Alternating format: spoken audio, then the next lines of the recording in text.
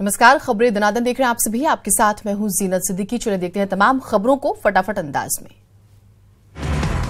आज बीजेपी के राष्ट्रीय अध्यक्ष अमित शाह यूपी के दौरे पर आ रहे हैं। अमित शाह पहले लखनऊ पहुंचेंगे, जहां सहकारिता सम्मेलन में शिरकत करेंगे। सम्मेलन में सहकारिता विभाग के चुने हुए प्रतिनिधि शिरकत करेंगे। इसके बाद बीजेपी के राष्ट्रीय अध्यक्ष अमित शाह गोरखपुर में आयोजित होने वाले भारतीय जनता किसान मोर्चा की राष्ट्रीय कार्यकारिणी की बैठक में शामिल होने जाएंगे। 23 और 24 फरवरी को आयोजित होने वाले कार्यक्रम का अमित शाह उद्घाटन करेंगे। इस दौरान सीएम योगी आदित्यनाथ भी मौजूद रहेंगे। 24 फरवरी को पीएम मोदी किसानों के लिए सरकार का पिटारा खोलने वाले हैं और किसान सम्मान निधि की प्रथम किस्त गोरखपुर से जारी करेंगे। साथ ही योजना को लॉन्च भी करेंगे।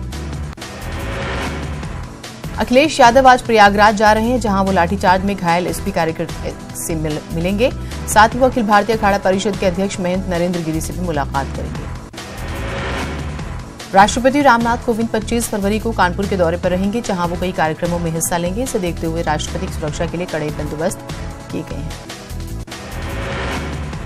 अपना दल की नेता अनुप्रिया पटेल और उनके पति आशीष पटेल जल्द ही बीजेपी का दामन छोड़कर कांग्रेस का साथ थाम सकते हैं। दरअसल आशीष पटेल ने दिल्ली में प्रियंका गांधी से मुलाकात की। प्रियंका के घर पर दोनों के बीच करीब 3 घंटे तक मुलाकात चली। कयास लगाए जा रहे हैं कि 28 फरवरी को अनुप्रिया पटेल भी बीजेपी का साथ छोड़ सकती है। 28 फरवरी को अपना दल इस बात का फैसला करने वाला है कि वो एनडीए का हिस्सा रहेगा या नहीं। पार्टी ने इसके लिए लखनऊ में नेताओं की बैठक बुलाई।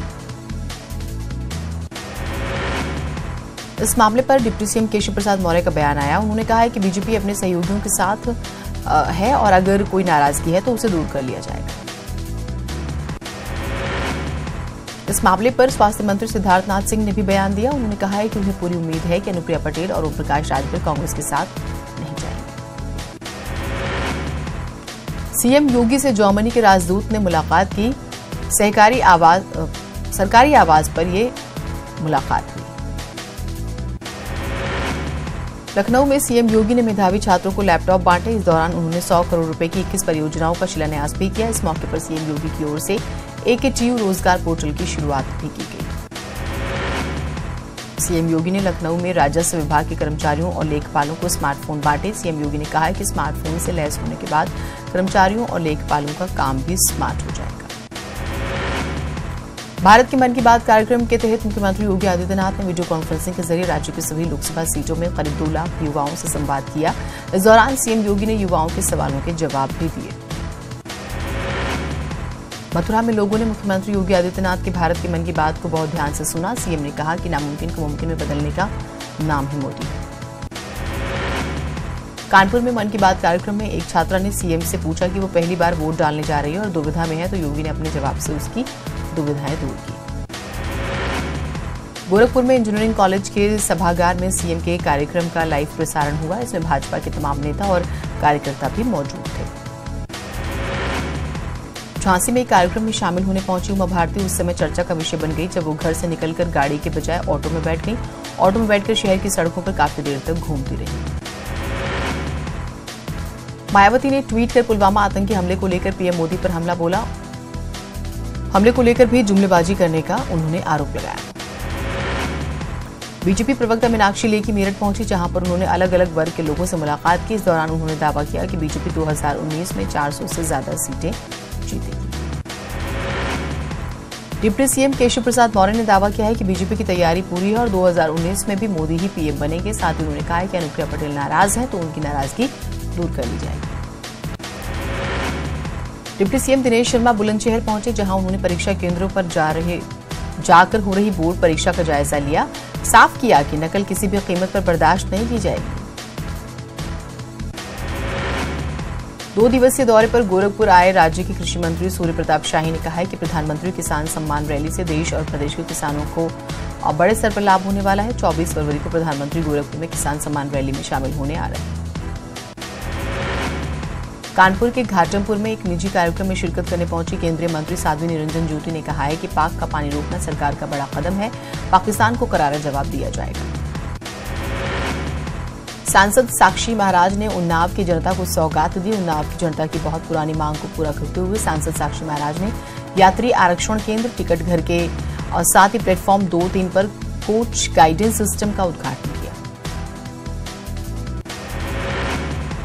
सुप्रीम कोर्ट में ताजमहल संरक्षण मामले पर सुनवाई के दौरान आगरा नगर निगम ने वेस्ट टू एनर्जी प्लांट लगाने की इजाजत मांगी है। निगम ने कहा है कि विजन डॉक्यूमेंट में भी इसका जिक्र है और इसके लिए जगह भी खोज ली गई है।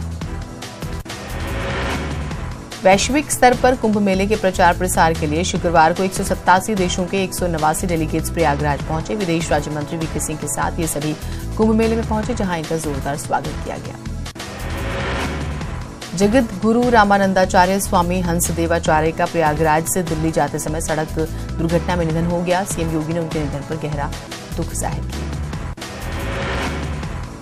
जगत गुरु रामानंदाचार्य हंसदेव के निधन पर अयोध्या में शोक है। संत समाज के लोगों ने उनके निधन को बड़ा नुकसान बताया। उनके मुताबिक हंसदेव का जीवन सामाजिक और धार्मिक मूल्यों को समर्पित रहा। अयोध्या पहुंचे अंतर्राष्ट्रीय हिंदू परिषद के अध्यक्ष प्रवीण तोगड़िया ने कहा है कि राम मंदिर की लड़ाई वो लड़ रहे हैं, जबकि बीजेपी इस मुद्दे पर लोगों को बेवकूफ बना रही है। प्रधानमंत्री मोदी गोरखपुर दौरे पर आने वाले हैं। उनके दौरे से पहले इंसेफेलाइटिस उन्मूलन अभियान के संयोजक डॉक्टर आरएन सिंह ने उनसे मांग की है। उनका कहना है कि देश भर में इससे जुड़ा नेशनल प्रोग्राम लागू किया जाए। आने वाले आम चुनावों की तैयारियों का जायजा लेने के लिए मुख्य चुनाव आयुक्त टी वेंकटेश्वरलू वाराणसी पहुंचे, जहां उन्होंने वाराणसी मंडल के तीनों जिलों के अफसरों के साथ बैठक की। गिरफ्तार किए गए जैश ए मोहम्मद के 2 आतंकियों को लेकर एटीएस लखनऊ पहुंच गई। एटीएस कोर्ट में इन्हें पेश किया जाएगा। कोर्ट से एटीएस दोनों की रिमांड मांगी।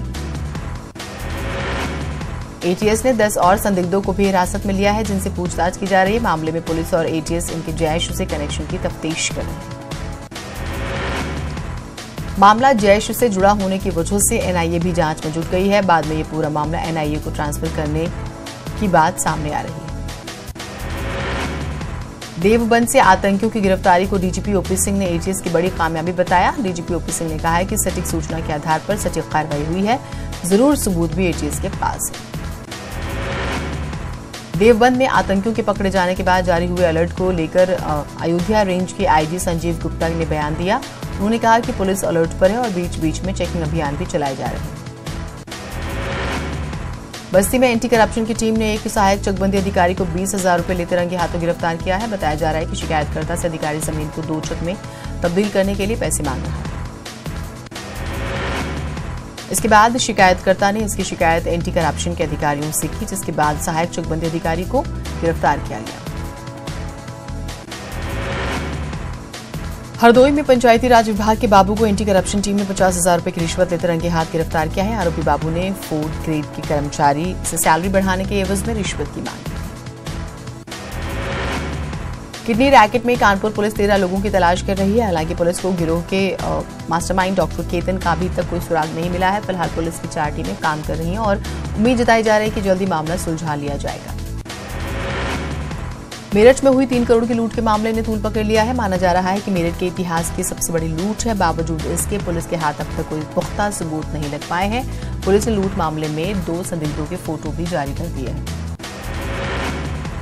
मैनपुरी में पुलिस ने बड़ी कार्रवाई करते हुए अवैध कच्ची शराब बनाने वाले 3 लोगों को गिरफ्तार कर जेल भेज दिया। पुलिस ने यहां पर शराब की भट्टियां तोड़कर बड़ी मात्रा में अवैध शराब बरामद। औरैया में पैरवी के लिए पहुंचे वकील की गाड़ी से चोरों ने 2 लाख रुपए उड़ा दिए। मामला सिविल जज कैंपस इलाके का है। यहां ये रुपए ब्रीफ केस में रखे हुए थे। देवरिया की साइबर क्राइम सेल ने 11 लाख रुपए की कीमत के 100 से ज्यादा महंगे मोबाइल बरामद किए। साइबर टीम को ये काम करने में 20 दिन से अधिक का समय लगा और एसपी ने इन सभी मोबाइलों को फोन मालिकों को वापस कर दिया। कन्नौज में सर्विलांस टीम ने मुखबिर की सूचना पर लूटी हुई एक पिकअप बरामद की है। साथ ही घटना को अंजाम देने वाले 6 बदमाशों को भी पुलिस ने गिरफ्तार किया। अलीगढ़ जीआरपी ने डकैती की योजना बनाते 7 अपराधियों को गिरफ्तार कर लिया है। पुलिस ने इनके पास से 6 चाकू के साथ भारी मात्रा में नशीला पाउडर बरामद किया। ग्रेटर नोएडा पुलिस ने अनिल दुजाना गैंग के एक सक्रिय बदमाश को गिरफ्तार करने का दावा किया है। पुलिस ने दावा किया है कि बदमाश अनिल दुजाना की पैरोकारी कर कारोबार को बढ़ावा देने के लिए बिचौलियों का काम करता था। गोरखपुर पुलिस ने कुख्यात विनोद पासवान को गुर्गे समेत गिरफ्तार किया। शातिर बदमाशों के पास से पुलिस ने चोरी की 6 बाइक, तमंचा और कारतूस भी बरामद किया। अमेठी पुलिस ने 3 दिन पूर्व बाजार शुक्ल थाना क्षेत्र में हुई अधेड़ की हत्या के मामले का खुलासा किया है। प्रॉपर्टी विवाद में चचेरे भाई ने ही अपने साथियों के साथ मिलकर इस घटना को अंजाम दिया था। आगरा में थाना अछनेरा क्षेत्र में बारातियों से भरी एक बस बेकाबू होकर पलट गई। इस हादसे में 3 बारातियों की मौत हो गई, जबकि 2 दर्जन से ज्यादा बाराती जख्मी हो गए। रामपुर कोतवाली के स्वार में बिजली घर के पास हुए भीषण सड़क हादसे में 3 लोगों की मौत हो गई। बाइक सवार ने सड़क किनारे खड़े ट्रक में टक्कर मार दी, जिसमें बाइक सवार 3 लोगों की मौके पर ही मौत हो गई। चंदौली के पंचफेड़वा में हाई स्कूल की परीक्षा दिलाने जा रहे युवक की बस की टक्कर से मौत हो गई और परीक्षार्थी गंभीर रूप से घायल हो गए। बागपत के फिरोजपुर गांव में एक युवक का शव पेड़ पर लटका हुआ मिलने से सनसनी फैल गई। अभी तक शव की शिनाख्त नहीं हो पाई। फिलहाल पुलिस ने शव को कब्जे में लेकर पोस्टमार्टम के लिए भेज दिया और मामले की तफ्तीश में जुट गई है। मथुरा के फराह थाना क्षेत्र के सलेमपुर गांव में एक युवक का जला हुआ शव मिला। मौके पर पहुंची पुलिस ने शव का पंचनामा कर पोस्टमार्टम के लिए भेज दिया। शव का चेहरा जला हुआ है, जिससे शव की शिनाख्त नहीं की जा सकती। सिद्धार्थनगर जिले के सेंदूरी गांव में उस समय मातम पसर गया जब आसमान से आकाशीय बिजली खेत में काम कर रही एक महिला पर गिर गई और उसकी मौत हो गई। बहराइच में चलती कार में अचानक आग लग गई। आग लगने के चंद मिनटों बाद ही कार आग का गोला बन गई। चालक ने बमुश्किल अपनी जान बचाई। कानपुर के बर्रा थाना क्षेत्र में दबंगों ने एक छात्र को जमकर पीटा। दबंगों ने छात्र पर गर्लफ्रेंड को देखने का आरोप लगाते हुए सड़क पर दौड़ा कर पीटा। पूरी घटना का वीडियो सोशल मीडिया पर वायरल हो रहा है। महोबा में सरकारी हैंडपंप से पानी भरने को लेकर दबंगों ने एक परिवार की जमकर पिटाई कर दी। पिटाई की वजह से 3 महिला समेत 4 लोग जख्मी हो गए। मामला महोबा के श्रीनगर थाना क्षेत्र का बताया जा रहा है। बांदा में मामूली विवाद को लेकर हुए विवाद में दबंगों ने घर में घुसकर एक परिवार के साथ मारपीट की, जिसमें परिवार के 4 लोग बुरी तरह से घायल हो गए। इस घटना के बाद परिवार वालों ने पुलिस अधीक्षक से न्याय की गुहार लगाई। मुजफ्फरनगर में नोएडा से आई एसटीएफ की टीम ने नकल कराने के आरोप में 10 से ज्यादा शिक्षकों को हिरासत में लिया। औरैया के विधुन कोतवाली क्षेत्र के सिविल डिवीजन कैंपस में बदहाल होती कानून व्यवस्था को लेकर पुलिस प्रशासन के खिलाफ जमकर विरोध प्रदर्शन और नारेबाजी की। दरअसल कैंपस के अंदर खड़ी गाड़ी से चोरों ने अटैची में रखे 2 लाख रुपए लूट लिए। पुलिस की कार्रवाई से नाराज अधिवक्ताओं ने विरोध प्रदर्शन किया। उड़े रेलवे स्टेशन के पास मौजूद गांधी इंटर कॉलेज में एक प्रदर्शनी का आयोजन किया गया, जिसमें प्राइमरी और माध्यमिक स्कूल के छात्र छात्राओं ने वैज्ञानिक मॉडल बनाकर अपनी प्रतिभा का प्रदर्शन किया। सिद्धार्थनगर की बांसी तहसील के सामुदायिक केंद्र खेसरहा में प्रसव के लिए तैनात एएनएम का रिश्वत लेने का एक वीडियो वायरल हो रहा है। इससे पहले भी एक एएनएम का वीडियो वायरल हुआ था। कानपुर देहात के मंगलपुर थाना क्षेत्र के औरंगाबाद में स्वास्थ्य विभाग ने महिलाओं के लिए 30 बेड के अस्पताल का निर्माण कराया था और सभी सुविधाओं से लैस होने का दावा किया था, लेकिन यहां एक नवजात बच्चे की मौत 1 घंटे के अंदर ही हो गई। फतेहपुर का रहने वाला एक जवान अपनी शादी पर नहीं पहुंच पाया, जिस वजह से उसकी शादी की तारीख बढ़ानी पड़ी और वो कश्मीर में तैनात है, जहां खराब मौसम की वजह से वो तय वक्त पर घर नहीं आ सका। कौशाम्बी में पुलिस के जवान ग्रामीण इलाकों में जाकर ईवीएम के प्रति फैली भ्रांतियों को दूर करेंगे। इसके लिए पुलिस लाइन में ईवीएम और वीवीपैट का पुलिस के जवानों को बाकायदा प्रशिक्षण दिया गया। पुलवामा में हुए आतंकी हमले में देश के जवानों की शहादत के बाद लोगों में पड़ोसी मुल्क के खिलाफ फैला आक्रोश कम होने का नाम नहीं ले रहा है। भारत नेपाल सीमा पर सैकड़ों की संख्या में मुस्लिम समाज के लोगों ने नमाज के बाद सड़क पर पाकिस्तान का जनाजा निकाला। वेस्ट यूपी में स्वाइन फ्लू ने रिकॉर्ड तोड़ दिया है। इस बीमारी से सबसे ज्यादा मेरठ जिला प्रभावित है। अब तक मेरठ में 250 मरीजों में H1N1 वायरस पाया गया है। मेरठ के मेडिकल कॉलेज की माइक्रोबायोलॉजी लैब में अब तक 944 मरीजों की जांच की गई है। अयोध्या की रहने वाली एक विधवा महिला ने विदेश मंत्री सुषमा स्वराज से अपने पति के शव को भारत लाने के लिए गुहार लगाई है। उसके पति का देहांत 11 फरवरी को सऊदी अरब की जिद्दा शहर में हो गया था, जिसके बाद से पीड़ित विधवा अपने पति के शव का इंतजार कर रही है। नोएडा स्टेडियम में 33वें फ्लावर शो की शुरुआत हुई है। 3 दिनों तक चलने वाले इस शो में नोएडा प्राधिकरण की तरफ से पुलवामा में शहीदों के लिए शहीद स्मारक भी बनाया गया और पहली बार सीआरपीएफ बैंड को शामिल किया गया। चलिए देखते हैं कुछ और खबरों को फटाफट अंदाज में ही। शुक्रवार को कैग की रिपोर्ट उत्तराखंड विधानसभा में रखी गई, जिसमें साल 2013 से लेकर 2018 तक के कामों का जिक्र है। कैग की रिपोर्ट में 2013 की आपदा के बाद हुए कामों पर सवाल उठाए गए। जहरीली शराब पर जांच समिति की रिपोर्ट विधानसभा में रखी गई। आबकारी मंत्री प्रकाश पंत का कहना है कि रिपोर्ट के तथ्यों का परीक्षण किया जाएगा और फिर एक्शन टेकन रिपोर्ट सदन में रखी जाएगी। कांग्रेस के राष्ट्रीय महासचिव और पूर्व सीएम हरीश रावत ने मौजूदा बजट को निराशाजनक बताते हुए कहा कि उसमें नया कुछ भी नहीं है, सिर्फ कांग्रेस के कार्यकाल में बनाई गई योजनाओं के नाम बदलकर पेश कर दिए गए। सरकार के औद्योगिक विकास के लिए जमींदारी भू विनाश संशोधन अधिनियम लाने पर कांग्रेस के राष्ट्रीय महासचिव हरीश रावत ने तीखी प्रतिक्रिया दी। उन्होंने कहा है कि राज्यवासियों को भविष्य में इसके गंभीर परिणाम भुगतने पड़ सकते हैं।